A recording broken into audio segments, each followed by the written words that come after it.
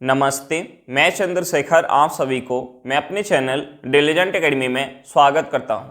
हम लोग बिहार एसएससी के लिए एक मैथ का सीरीज स्टार्ट किए थे, जिसमें हम लोग प्रत्येक दिन बिहार एसएससी में आए हुए मैथ का प्रीवियस क्वेश्चन और उस पर आधारित मैथ का क्वेश्चन कर रहे हैं। चलिए आज उस सीरीज में हम लोग आगे की तरफ चलते हैं। इससे पहले अगर आप मेरे चैनल पर नए हो तो चैनल को सब्सक्राइब कर लें और बेल आइकन को प्रेस करना बिल्कुल ना भूलें, ताकि आपको सबसे पहले लेटेस्ट नोटिफिकेशन मिलता रहे। चलिए अब हम लोग क्वेश्चन की तरफ चलते हैं। देखिए हमारा क्वेश्चन क्या दिया हुआ है। हमारा क्वेश्चन है 4 अंकों की वह बड़ी से बड़ी संख्या ज्ञात कीजिए जो 17 और 36 से पूर्णतः विभाज्य है। तो देखिए हम यहाँ सबसे पहले क्या करेंगे, हम जिससे विभाजित करें हम उसका एलसीएम निकालेंगे। हम यहाँ किससे विभाजित करें, 17 और 36 से। तो हम सबसे पहले 17 और 36 का एलसीएम निकालेंगे। हम सबसे पहले 17 और 36 का हम एलसीएम निकालेंगे। अब देखिए हम यहाँ एलसीएम निकालेंगे तो देखिए यहां हमारा कुछ भी कॉमन नहीं है, यानी एलसीएम क्या हो जाएगा, एलसीएम हो जाएगा 17 गुणे 36। अब देखिए 36 में अगर हम 17 से गुना करेंगे तो ये हमारा क्या हो जाएगा, 36 में 17 से गुना करेंगे तो ये हमारा हो जाएगा 612, यानी एलसीएम क्या निकल के आ गया, 612 निकल के आ गया। और हमसे पूछ क्या रहे, हमसे पूछ रहे 4 अंकों की सबसे बड़ी संख्या जो इन दोनों से पूरी तरीके से विभाज्य है। तो देखिए इन दोनों से अगर पूरी तरीके से विभाज्य होगी तो इनके एलसीएम से भी पूरी तरीके से विभाज्य होगी। तो देखिए हम यहां क्या करेंगे, 4 अंकों की सबसे बड़ी संख्या लेंगे। देखिए 4 अंकों की सबसे बड़ी संख्या क्या होती है, 9999। 9999 में हम 612 से भाग देंगे, जो हमारा शेष बचेगा उस शेष को 9999 में से माइनस करेंगे तो वहां से हमारी 4 अंकों की सबसे बड़ी संख्या निकल के आ जाएगी जो इनके एलसीएम से पूरी तरीके से विभाजित होगी। इनके एलसीएम से पूरी तरीके से विभाजित होगी, यानी इन दोनों से भी पूरी तरीके से विभाजित होगी। तो हम इसमें भाग देंगे 612 से, हम इसमें भाग देंगे 612 से। अब देखिए ये कितने बार में जाएगा, एक बार में जाएगा। हम इसमें से माइनस करेंगे 612, यहां से हमारा क्या हो जाएगा, ये हमारा हो जाएगा 7, ये हमारा क्या हो जाएगा, ये हमारा हो जाएगा 8, ये हमारा क्या हो जाएगा 3 हो जाएगा। हम ऊपर से एक 9 लेके आएंगे। अब देखिए हम इसे 6 बार में काट सकते हैं। हम 612 में अगर 6 से गुना करेंगे तो ये हमारा क्या हो जाएगा, 3672 हो जाएगा। हम इसमें से 3672 माइनस करेंगे तो ये हमारा हो जाएगा 702 हो जाएगा। अब देखिए यहां हमारा शेष क्या बच गया, 207। तो हम 207 को माइनस करेंगे 9999 में से, 9999 में से हम माइनस करेंगे 207। तो देखिए यहां से हमारा क्या निकल के आ जाएगा, हम इसमें से 7 माइनस करेंगे तो यहां हमारा बच गया 2, यहां हमारा बच जाएगा 9, यहां हमारा क्या बच जाएगा 7, यहां हमारा क्या बच जाएगा 9, यानी यहां से माइनस करने के बाद हमारा क्या निकल के आ गया, 9792 निकल के आ गया। तो देखिए 4 अंकों की सबसे बड़ी संख्या 9792 होगी जो इन दोनों से पूरी तरीके से विभाजित होगी। हमारा आंसर क्या निकल के आ गया, हमारा आंसर निकल के आ गया 9792। चलिए क्वेश्चन समझ में आ गया होगा, नेक्स्ट क्वेश्चन पे चलते हैं। देखिए हमारा क्वेश्चन क्या दिया हुआ है। हमारा क्वेश्चन है दो संख्याओं का अनुपात 7:11 है, यदि उनका HCF 28 है तो दोनों संख्याओं का योग ज्ञात करें। हमसे पूछ क्या रहे, दोनों संख्याओं का योग पूछ रहे। अब देखिए हमें क्वेश्चन में क्या दिया हुआ है, हमें क्वेश्चन में दोनों संख्या का रेशियो दिया है। हमें रेशियो क्या दिया, 7:11 दिया है। और हमें क्वेश्चन में क्या दिया, हमें क्वेश्चन में HCF दिया है। हमें क्वेश्चन में HCF कितना दिया, हमें HCF दिया 28। और हमसे पूछ क्या रहे, हमसे पूछ रहे दोनों संख्या का योग। तो देखिए हमें क्वेश्चन में दोनों संख्या का रेशियो दिया है और हमें HCF दिया है। तो देखिए HCF से अगर हम इस रेशियो में गुना करेंगे तो यहां से हमारा क्या निकल के आ जाएगा, दोनों संख्या निकल के आ जाएगा। यानी एक संख्या अगर हमारी 7 गुने 28 होगी, 7 गुने 28 होगी तो दूसरी संख्या क्या होगी, दूसरी संख्या 11 गुने 28 होगी। अब देखिए अगर हमें दोनों संख्या पता चल गया तो हम यहां से दोनों संख्या का योग निकाल सकते हैं। हम यहां से दोनों संख्या का योग निकाल सकते हैं। अब देखिए हम यहां से योग निकालेंगे तो ये हमारा हो जाएगा 7 गुने 28 प्लस 11 गुने 28 हो जाएगा। अब देखिए हम यहां से 28 कॉमन ले सकते हैं। हम यहां से 28 कॉमन लेंगे तो अंदर हमारा क्या बच जाएगा, 7 प्लस 11 बच जाएगा। अब देखिए 7 में 11 ऐड करेंगे तो ये हमारा कितना हो जाएगा, 18 हो जाएगा। ये हमारा हो जाएगा 28 गुने 18। अब देखिए हम यहां अगर 18 में 8 से गुना करेंगे तो ये हमारा क्या हो जाएगा, 144। 144 का हमारा क्या हो जाएगा, 4 हो जाएगा। हाथ में क्या बच जाएगा, 14। उसके बाद हम 18 में 2 से गुना करेंगे तो ये हमारा क्या हो जाएगा 36। 36 में 14 ऐड करेंगे तो ये हमारा क्या हो जाएगा 50। यानी यहां से हमारा क्या निकल के आ गया, दोनों संख्या का योग निकल के आ गया 504। हमारा आंसर क्या निकल के आ गया, 504 निकल के आ गया। चलिए क्वेश्चन समझ में आ गया होगा, नेक्स्ट क्वेश्चन पे चलते हैं। देखिए हमारा क्वेश्चन क्या दिया हुआ है। हमारा क्वेश्चन है 12 संख्याओं का औसत 39 है, अंतिम 5 संख्याओं का औसत 35 है और पहली 4 संख्याओं का औसत 40 है। पांचवी संख्या छठी संख्या से 6 कम और 7वीं से 5 अधिक है, छठी और सातवीं संख्याओं का औसत क्या होगा। हमसे पूछ के रहा है छठी और सातवीं संख्याओं का औसत पूछ रहा है, तो हमें सबसे पहले औसत निकालने के लिए छठी और सातवीं संख्या निकालना होगा। अब देखिए हमें क्वेश्चन में क्या दिया है, हमें क्वेश्चन में टोटल 12 संख्या दिया है, टोटल 12 संख्या दिया है, जिनका औसत हमें क्वेश्चन में कितना दिया, हमें औसत दिया है 39। और हमें क्वेश्चन में क्या दिया है, हमें क्वेश्चन में पहली 4 संख्याओं का औसत दिया है, पहली 4 संख्याओं का औसत हमें क्वेश्चन में कितना दिया है, पहली 4 संख्याओं का औसत हमें क्वेश्चन में 40 दिया। और हमें क्वेश्चन में क्या दिया, हमें क्वेश्चन में अंतिम जो है 5 संख्या का औसत दिया, अंतिम 5 संख्या का औसत हमें क्वेश्चन में कितना दिया, अंतिम 5 संख्या का औसत हमें क्वेश्चन में 35 दिया है। अब देखिए हमें टोटल 12 संख्या दिया हुआ है, जिनका औसत क्या दिया, 39 दिया हुआ है, जिनका औसत क्या दिया, 39 दिया। पहली 4 संख्या दिया हुआ है, जिनका औसत हमें क्वेश्चन में क्या दिया, 40 दिया है, और अंतिम 4 संख्या का औसत क्या दिया, 35 दिया है। तो हम यहां से 5वीं, छठी और 7वीं संख्या का योग निकाल सकते हैं। अब देखिए योग निकालने के लिए 12 संख्या का औसत क्या दिया, 39 दिया है। जब हम पहली 4 संख्या का औसत निकाल रहे हैं तो औसत कितना निकल के आ रहा है, 40 निकल के आ रहा है। तो देखिए 40 जो है 39 से कितना ज्यादा है, कितना ज्यादा है, 1 ज्यादा है। यहां टोटल संख्या कितनी है, 4 है। हम प्लस के 1 में 4 से गुना करेंगे तो ये हमारे क्या हो जाएगा, प्लस का 4 हो जाएगा। अब देखिए जब हम अंतिम 5 संख्या का औसत निकाल रहे हैं तो औसत कितना निकल के आ रहा है, 35 निकल के आ रहा है। तो देखिए 35 जो है 39 से कितना कम है, 35 39 से कितना कम है, 35 जो है 39 से कितना कम है, 4 कम है। और यहां टोटल संख्या कितनी है, 5 है। माइनस के 4 में अगर हम 5 से गुना करेंगे तो ये हमारे क्या हो जाएगा, माइनस का 20 हो जाएगा। अब देखिए हम इसे ऐड करेंगे, हम इसे ऐड करेंगे तो यहां से हमारा क्या हो जाएगा, यहां से हमारा हो जाएगा माइनस का 16, यहां से हमारा क्या हो जाएगा, माइनस का 16 हो जाएगा।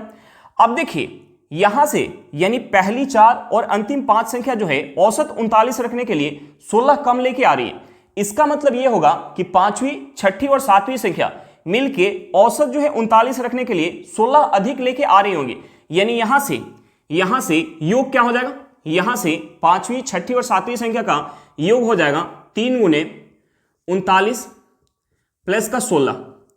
अब देखिए 39 में अगर हम 3 से गुना करेंगे तो ये हमारा क्या हो जाएगा, 40 में 3 से गुना करेंगे तो 120, हम उसमें से 3 माइनस करेंगे तो ये हमारा क्या हो जाएगा, 117।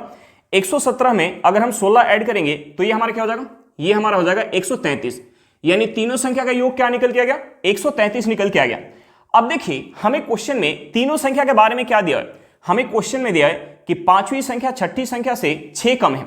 तो देखिए हमने मान लिया कि छठी संख्या 1 से, हमने मान लिया कि छठी संख्या 1 से, तो 5वीं संख्या क्या हो जाएगी, पांचवी संख्या क्या हो जाएगी, हमें क्वेश्चन में दिया कि 5वीं संख्या छठी संख्या से 6 कम है, यानी 5वीं संख्या हो जाएगी x माइनस का 6।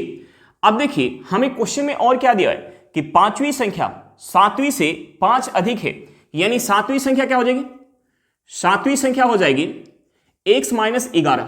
अब देखिए हम यहां से भी तीनों संख्या का योग निकाल सकते हैं। हम यहां से अगर तीनों संख्या का योग निकालेंगे तो ये हमारा क्या हो जाएगा, 3x माइनस का 17, और यहां से हमारा योग क्या निकल के आया है, यहां से हमारा योग निकल के आया है 133। यानी ये किसके बराबर होगा, 133 के बराबर होगा। ये जो है किसके बराबर होगा, 133 के बराबर होगा। अब देखिए इस 17 को अगर हम इस साइड लेके आएंगे तो हमारा माइनस में तो प्लस में हो जाएगा। हम इसमें अगर 17 ऐड करेंगे तो ये हमारा क्या हो जाएगा, 150। यहां से हमारा हो जाएगा 3x इक्वल टू 150। यहां से हमारा x इक्वल टू क्या हो जाएगा, हम इसे अगर 3 से काटेंगे तो ये कितने बार में जाएगा, 50 बार में। यानी x इक्वल टू क्या निकल के आ गया, 50 निकल के आ गया। यानी छठी संख्या क्या होगी, छठी संख्या होगी 50। 5वीं संख्या क्या होगी, x माइनस 6, यानी 50 माइनस 6 करेंगे ये हमारा क्या हो जाएगा, 44 हो जाएगा। और 7वीं संख्या क्या होगी, x माइनस 11, यानी ये हमारा क्या हो जाएगा, ये हमारा क्या हो जाएगा, ये हमारा हो जाएगा, अगर हम 50 में से 11 माइनस करेंगे तो ये हमारा हो जाएगा 39।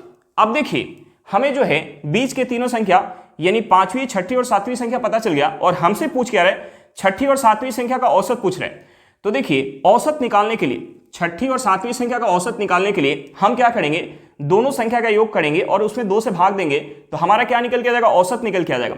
अब देखिए छठी संख्या क्या है, 50 है, 7वीं संख्या क्या है, 39 है, बटे 2 करेंगे तो हमारा औसत निकल के आ जाएगा। अब देखिए हम इसे ऐड करेंगे तो ये हमारा क्या हो जाएगा, ये हमारा हो जाएगा 89 बटा 2, 89 बटा 2। अब देखिए हम इसे 2 से काटेंगे तो ये 2 से कितने बार में जाएगा, 4 बार में।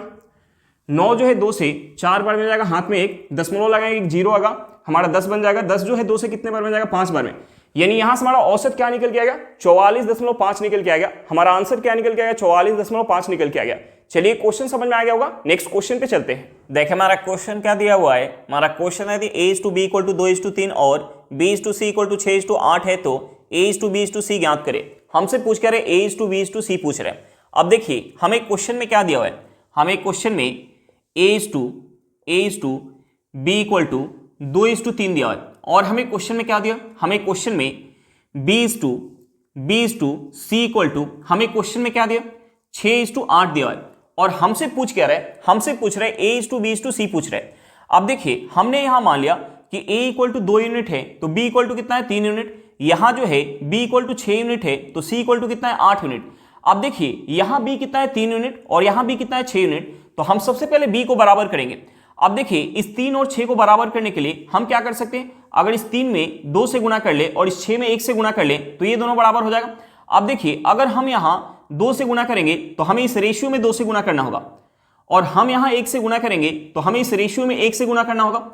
अब देखिए इस रेशियो में अगर हम 2 से गुणा करेंगे तो ये हमारा क्या हो जाएगा 4:6 हो जाएगा और इस रेशियो में 1 से गुणा करेंगे तो ये हमारा होगा 6:8। अब देखिए यहां से हमारा a/b/c = क्या निकल के आ जाएगा। अब देखिए a कितना है 4 यूनिट है, a कितना है 4 यूनिट है तो b कितना है 6 यूनिट है, b 6 यूनिट है तो c कितना है 8 यूनिट है। यानी यहां से हमारा रेशियो क्या निकल के आ गया, यहां से हमारा रेशियो निकल के आ गया 4:6:8 निकल के आ गया।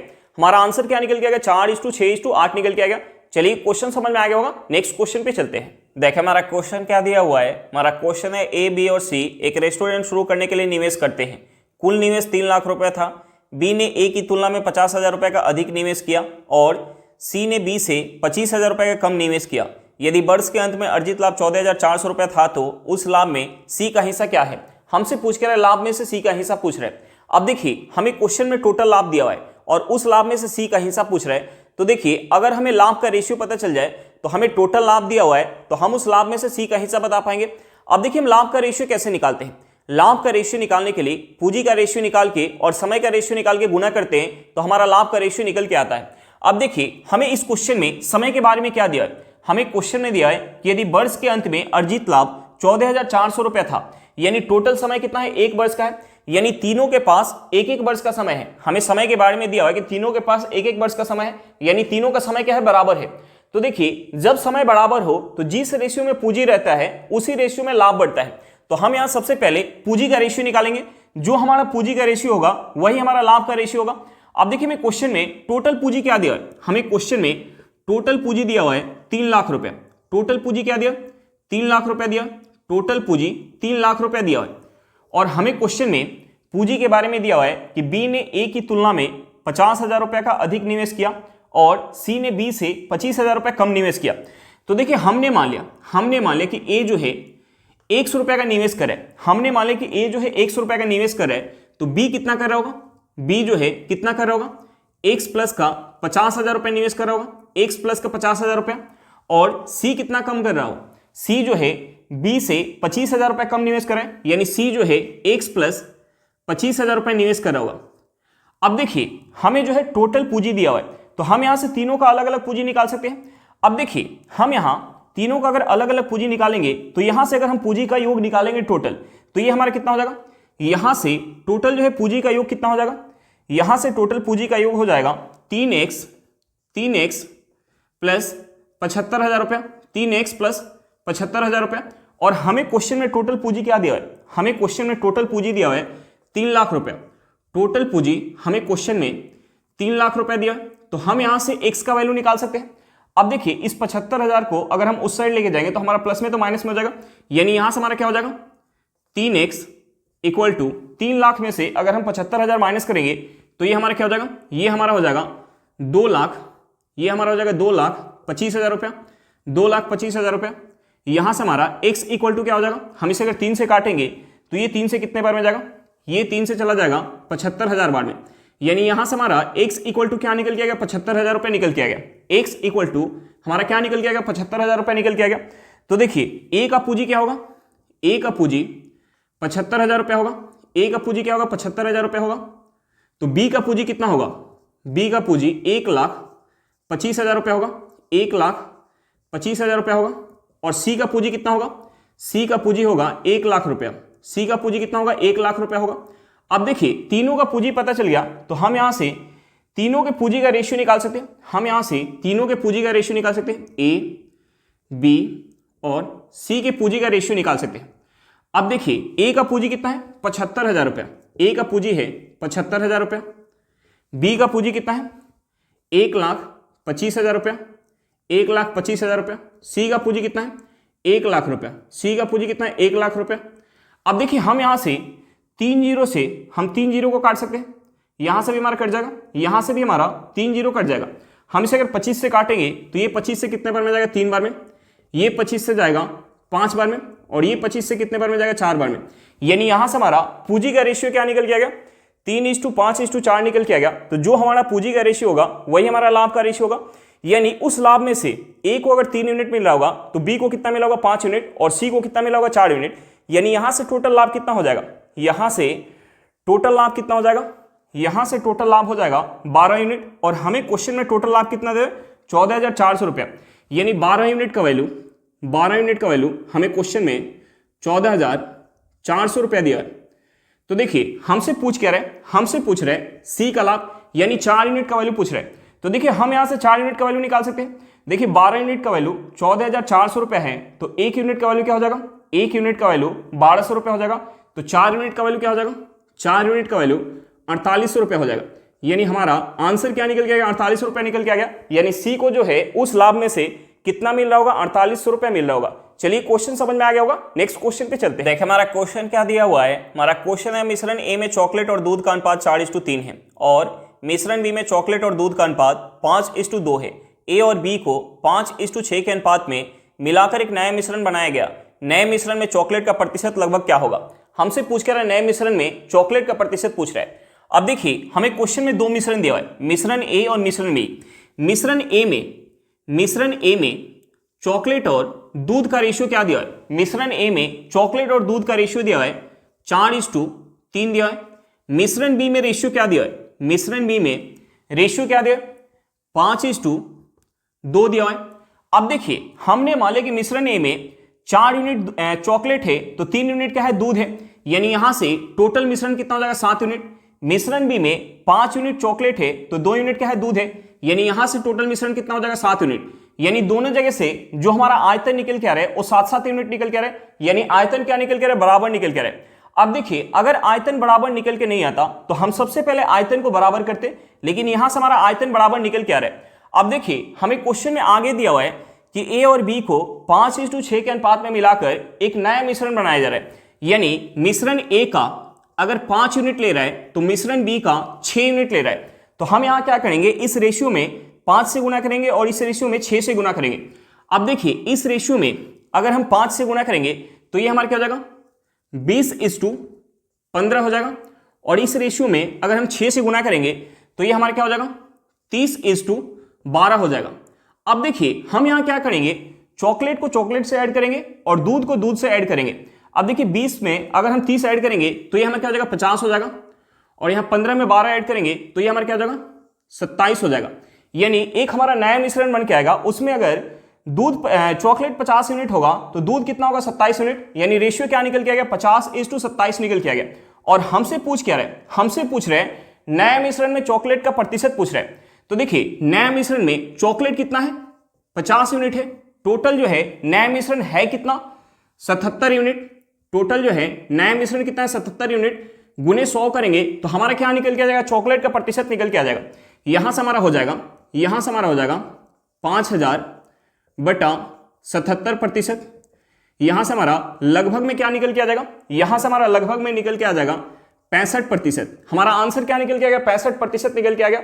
चलिए क्वेश्चन समझ में आ गया होगा। नेक्स्ट क्वेश्चन पे चलते हैं। देखिए हमारा क्वेश्चन क्या दिया हुआ है। हमारा क्वेश्चन है नमक की कीमत में 15% की कमी एक व्यक्ति को 272 रुपए में 2 kg अधिक नमक खरीदने में सक्षम बनाती है। नमक की घटी हुई कीमत प्रति केजी कितनी है? हमसे पूछ के रहा है नमक की घटी हुई कीमत पूछ रहा है। अब देखिए हमें क्वेश्चन में दिया कि नमक की कीमत में 15% का कमी हो रहा है, जिसके कारण एक व्यक्ति जो है 272 रुपए में 2 kg अधिक नमक जो है खरीद के लेके आ रहे हैं पहले की अपेक्षा। तो देखिए इस 272 का हम 15% सबसे पहले निकालेंगे। इस 272 का 15% निकालेंगे तो देखिए हम इसमें अगर 15 से गुना करेंगे तो ये हमारा क्या हो जाएगा, 30 के 0 हाथ में 3, 15 में 7 से गुना करेंगे ये हमारा हो जाएगा 105, 105 में 3 ऐड करेंगे 108, 108 का 8 हाथ में 10, 15 में 2 से गुना करेंगे 30 हो जाएगा, 30 में अगर हम 10 ऐड करेंगे ये हमारा क्या हो जाएगा 40 हो जाएगा। हम इसमें 100 से भाग देंगे तो 2 अंक से पहले हमारा दशमलव लग जाएगा, यानी 272 का 15% क्या निकल के आ गया, 40.80 रुपए निकल के आ गया। यानी इस 40.80 रुपए में 2 kg नमक जो है पहले की अपेक्षा अधिक खरीद रहे हैं। 2 kg नमक का कीमत यहां से हमें क्या पता चल गया, 2 kg नमक का कीमत यहां से पता चल गया 40.80 रुपया। तो 1 kg नमक का घटा हुआ कीमत क्या हो जाएगा, 1 kg नमक का घटा हुआ कीमत हो जाएगा, हम इसका अगर आधा करेंगे तो ये हमारा हो जाएगा 20.40 रुपया। हमारा आंसर क्या निकल के आ गया, हमारा आंसर निकल के आ गया 20.40 रुपया। चलिए क्वेश्चन समझ में आ गया होगा, नेक्स्ट क्वेश्चन पे चलते हैं। देखिए हमारा क्वेश्चन क्या दिया हुआ है, हमारा क्वेश्चन है चुनाव में 3 उम्मीदवार भाग ले रहे थे, तीसरे स्थान पर रहने वाले व्यक्ति को कुल मतों का 20% प्राप्त हुआ, जबकि विजेता और प्रथम उप विजेता के मतों का अंतर कुल मतों का 20% था। यदि प्रथम उप विजेता और द्वितीय उप विजेता के मतों का अंतर 37,000 था तो विजेता को कितने मत प्राप्त हुए। हमसे पूछ कर रहे विजेता का मत पूछ रहे। अब देखिए हमने मान लिया कि कुल मतों का संख्या 100 है, हमने मान लिया कि कुल मतों का संख्या 100 है। अब देखिए हमें क्वेश्चन में दिया है कि तीसरे स्थान पर रहने वाले व्यक्ति को कुल मतों का 20% प्राप्त हुआ। पहला स्थान, दूसरा स्थान और तीसरा स्थान। अब देखिए जो व्यक्ति तीसरा स्थान पे है उसे कुल मतों का 20% प्राप्त हो रहा है। तो देखिए 100 का अगर हम 20% निकालेंगे तो ये हमारा कितना हो जाएगा, 20 हो जाएगा। अब देखिए हमें क्वेश्चन में और क्या दिया है, हमें क्वेश्चन में दिया हुआ है कि विजेता और प्रथम उप विजेता यानी पहले और दूसरे स्थान पर रहने वाले व्यक्ति के मतों का अंतर जो है वो कुल मतों का 20% है। तो देखिए कुल मतों का अगर 20% निकालेंगे तो ये कितना हो जाएगा, 20 हो जाएगा। अब देखिए पहले जो है 100 में से 20 मत जो है एक को मिल गया है। अब देखिए अंतर कितना है, 20 है, यानी ये 20 निकल गया, बच कितना गया, 80। 80 में से हम 20 माइनस करेंगे तो हमारा कितना बच जाएगा, 60। 60 को हम दोनों को बराबर बराबर दे देंगे, यानी इसको कितना मिल जाएगा, 60 में से इसको मिल जाएगा 30। अब देखिए अंतर कितना है, 20 का है, यानी पहले स्थान पर रहने वाले व्यक्ति को कितना मिला होगा, 50 मिला होगा। अब देखिए यहां से हमें पता चल गया कि पहले स्थान पर रहने वाले व्यक्ति को अगर 50 मत मिल रहा है तो दूसरे स्थान पर रहने वाले व्यक्ति को 30 मत और तीसरे स्थान पर रहने वाले व्यक्ति को 20 मत मिल रहा है। अब देखिए हमें क्वेश्चन में और क्या दिया है, हमें क्वेश्चन में प्रथम उप विजेता यानी दूसरे स्थान और द्वितीय उप विजेता यानी तीसरे स्थान पर रहने वाले व्यक्ति के मतों का अंतर दिया हुआ है। तो देखिए यहां से अगर हम अंतर निकालेंगे तो यहां से हमारा अंतर कितना निकल के आ जाएगा, दूसरे स्थान पर जो व्यक्ति है उसे अगर 30 मत मिल रहा है तो तीसरे स्थान पर रहने वाले व्यक्ति को 20 मत मिल रहा है, यानी यहां अंतर कितना है, 10 यूनिट है। यहां अंतर कितना है, 10 है। अब देखिए हमें क्वेश्चन में अंतर कितना दिया है, हमें क्वेश्चन में अंतर दिया हुआ है 37,000, यानी इस 10 का वैल्यू हमें क्वेश्चन में 37,000 दिया हुआ है। इस 10 का वैल्यू हमें क्वेश्चन में 37,000 दिया है और हमसे पूछ रहा है पहले स्थान पर रहने वाले व्यक्ति का मत पूछ रहा है, यानी इस 50 का वैल्यू पूछ रहा है। अब देखिए हमें 10 का वैल्यू पता है तो हम यहां से 50 का वैल्यू निकाल सकते हैं। अब देखिए हमें क्या चाहिए, 50 का वैल्यू चाहिए। अब देखिए इस 10 को अगर हमें 50 बनाना है तो हमें 5 से गुना करना होगा। अगर हम इस साइड 5 से गुना करें तो हमें इस साइड भी 5 से गुना करना होगा। हम इस साइड 5 से गुना करेंगे तो ये हमारा हो जाएगा 0 0 0, 35 के 5 ये हमारा हो जाएगा 15 और 3 कितना हो जाएगा, 18 हो जाएगा। यहां से हमारा निकल के आ गया कि प्रथम स्थान पर रहने वाले व्यक्ति को 1,85,000 मत प्राप्त हुआ होगा। हमारा आंसर क्या निकल के आ गया, 1,85,000। चलिए क्वेश्चन समझ में आ गया होगा, नेक्स्ट क्वेश्चन पे चलते हैं। देखिए हमारा क्वेश्चन क्या दिया हुआ है, हमारा क्वेश्चन है एक व्यक्ति वस्तु को 25% की हानि पर बेचता है। यदि उसका क्रय मूल्य दुगुना हो जाए तथा विक्रय मूल्य में 660 रुपए की वृद्धि कर दी जाए तो 20% लाभ प्राप्त होता है। वस्तु का वास्तविक क्रय मूल्य क्या है। हमसे पूछ कर वस्तु का वास्तविक क्रय मूल्य पूछ रहे हैं। तो देखिए वस्तु का जो क्रय मूल्य होगा वो अपने आप में क्या होगा, 100% होगा। वस्तु का जो क्रय मूल्य होगा वो अपने आप में क्या होगा, 100% होगा। अब देखिए हमें क्वेश्चन में दिया कि पहले जो है 25% के हानि पर बेच रहा था, पहले जो है 25% के हानि पर बेच रहा था, यानी विक्रय मूल्य कितना होगा, विक्रय मूल्य होगा 75%। अब देखिए हमें क्वेश्चन में आगे दिया हुआ है कि अगर उसका क्रय मूल्य दुगुना हो जाए, यानी क्रय मूल्य अगर दुगुना हो जाएगा, क्रय मूल्य अगर दुगुना हो जाएगा तो अब क्रय मूल्य कितना हो जाएगा, क्रय मूल्य हो जाएगा 200%। क्रय मूल्य कितना हो जाएगा, 200%। और हमें क्वेश्चन में दिया है कि विक्रय मूल्य में 660 रुपए की वृद्धि कर दी जाए, 660 रुपए की वृद्धि कर दी जाए, यानी अब जो है विक्रय मूल्य कितना हो जाएगा, 660 रुपये से बढ़ने के बाद विक्रय मूल्य हो जाएगा 75% प्लस 660 रुपया, तो उसे जो है 20% का लाभ हो रहा है, यानी ये किसके बराबर हो जाएगा, ये जो है 200 के 120% के बराबर हो जाएगा, ये जो है 200 के 120% के बराबर हो जाएगा। अब देखिए हम इसे अगर 20 से काटेंगे तो ये 20 से कितने बार में जाएगा, 6 बार में, ये 20 से कितने बार में जाएगा, 5 बार में, 5 से अगर हम इसे काटेंगे तो ये 5 से कितने बार में जाएगा, 40 बार में जाएगा। अब देखिए यहां से हमारा क्या निकल के आ जाएगा, अगर हम 40 में 6 से गुना करेंगे तो ये हमारा क्या हो जाएगा, 40 में 6 से गुना करेंगे तो ये हमारा हो जाएगा 240%, 240% इक्वल टू 75% प्लस 660 रुपया। अब देखिए इस 75% को अगर हम इस साइड लेके आएंगे, इस 75% को अगर हम इस साइड लेके आएंगे तो हमारा प्लस में तो माइनस में हो जाएगा। अब देखिए 240% में से अगर हम 75% माइनस करेंगे तो ये हमारा क्या हो जाएगा, ये हमारा हो जाएगा 165%, 165% इक्वल टू क्या हो जाएगा, 660 रुपया। अब देखिए यहां से हमारा क्या निकल के आ गया, यहां से हमारा निकल के आ गया 165% का वैल्यू, और हमसे पूछ क्या रहा है, हमसे पूछ रहा है वास्तविक क्रय मूल्य यानी 100% का वैल्यू पूछ रहा है। अब देखिए अगर हमें 165% का वैल्यू पता है तो हम यहां से 100% का वैल्यू निकाल सकते हैं।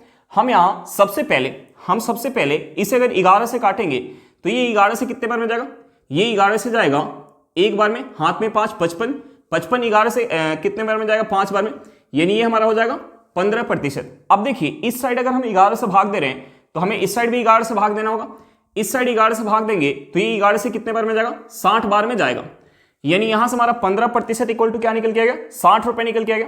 अब देखिए हम इसे फिर 3 से काटेंगे, 3 से काटेंगे तो ये 3 से कितने बार में जाएगा, 5 बार में। अब देखिए इस साइड अगर हम 3 से भाग दे रहे हैं तो हमें इस साइड भी 3 से भाग देना होगा, 20 में अगर हम 3 से भाग देंगे तो ये हमारा क्या हो जाएगा, 60 में अगर हम 3 से भाग देंगे तो ये हमारा क्या हो जाएगा, 20 रुपया हो जाएगा। यहां से हमारा 5% इक्वल टू क्या निकल के आ गया, 20 रुपया निकल के आ गया, और हमें क्या चाहिए, 100% का वैल्यू। तो देखिए हमें 5% का वैल्यू पता है तो हम यहां से आसानी से 100% का वैल्यू निकाल सकते हैं। अब देखिए इस 5 को अगर हमें 100 बनाना है तो हमें इसमें 20 से गुना करना होगा, अगर हम इस साइड 20 से गुना करें तो हमें इस साइड भी 20 से गुना करना होगा। अब देखिए 20 में अगर हम 20 से गुना करेंगे तो ये हमारा क्या हो जाएगा, 400 रुपया, यानी 100% का वैल्यू क्या निकल के आ गया, 400 रुपया निकल के आ गया, यानी वास्तविक क्रय मूल्य क्या निकल के आ गया, 400 रुपया निकल के आ गया। चलिए क्वेश्चन समझ में आ गया होगा, नेक्स्ट क्वेश्चन पे चलते हैं। देखिए हमारा क्वेश्चन क्या दिया हुआ है, हमारा क्वेश्चन है कलम को 15% लाभ पर 28.75 रुपए में बेचा गया, यदि इसे 25.75 रुपए में बेचा जाता तो लाभ प्रतिशत क्या होता। हमसे पूछ क्या रहा है, लाभ प्रतिशत पूछ रहा है। तो देखिए लाभ प्रतिशत निकालने के लिए हमें सबसे पहले सीपी निकालना होगा। अब देखिए हमें क्वेश्चन में दिया है कि पहले जो है 28.75 रुपए में बेचा जा रहा था तो 15% का उसे प्रॉफिट हो रहा था। प्रॉफिट कितना हो रहा था, 15% का। तो देखिए हम यहां से सीपी और एसपी का रेशियो निकाल सकते हैं। तो देखिए सीपी और एसपी का रेशियो निकालने के लिए हमें सबसे पहले इस 15% को फ्रैक्शन में चेंज करना होगा।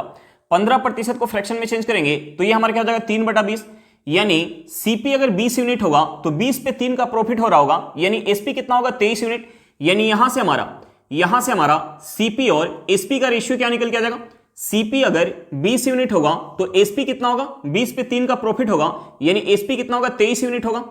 एसपी कितना होगा, एसपी हो जाएगा 23 यूनिट। एसपी कितना हो जाएगा, 23 यूनिट हो जाएगा।